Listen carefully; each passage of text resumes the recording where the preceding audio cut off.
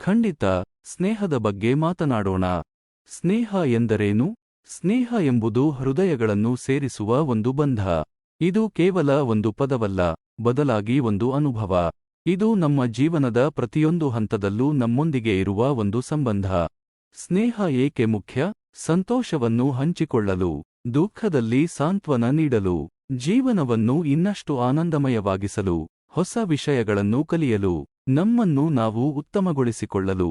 ಒಬ್ಬ ನಿಜವಾದ ಸ್ನೇಹಿತ ಯಾವಾಗಲೂ ಪ್ರಾಮಾಣಿಕವಾಗಿರುತ್ತಾನೆ, ಯಾವಾಗಲೂ ನಮ್ಮನ್ನು ಸಹಾಯ ಮಾಡುತ್ತಾನೆ, ನಮ್ಮ ದುರ್ಬಲತೆಗಳನ್ನು ಒಪ್ಪಿಕೊಳ್ಳುತ್ತಾನೆ, ನಮ್ಮ ಯಶಸ್ಸಿನಲ್ಲಿ ಸಂತೋಷಪಡುತ್ತಾನೆ, ನಮಗಾಗಿ ಯಾವಾಗಲೂ ಸಮಯ ಮಾಡಿಕೊಳ್ಳುತ್ತಾನೆ. ಸ್ನೇಹ ಅಮೂಲ್ಯವಾದ ಉಡುಗೊರೆ. ಇದನ್ನು ಜೋಪಾನಿಸಿ. ಸ್ನೇಹ ಹೇಗೆ ಬೆಳೆಸುವುದು ಅಥವಾ ಬಲಪಡಿಸುವುದು ಎಂದು ತಿಳಿಯಲು ಬಯಸುವಿರಾ? ಸ್ನೇಹದ ಬಗ್ಗೆ ನಿಮಗೆ ಬೇರೆ ಯಾವುದೇ ಪ್ರಶ್ನೆ ಇದ್ದರೆ ಕೇಳಬಹುದು.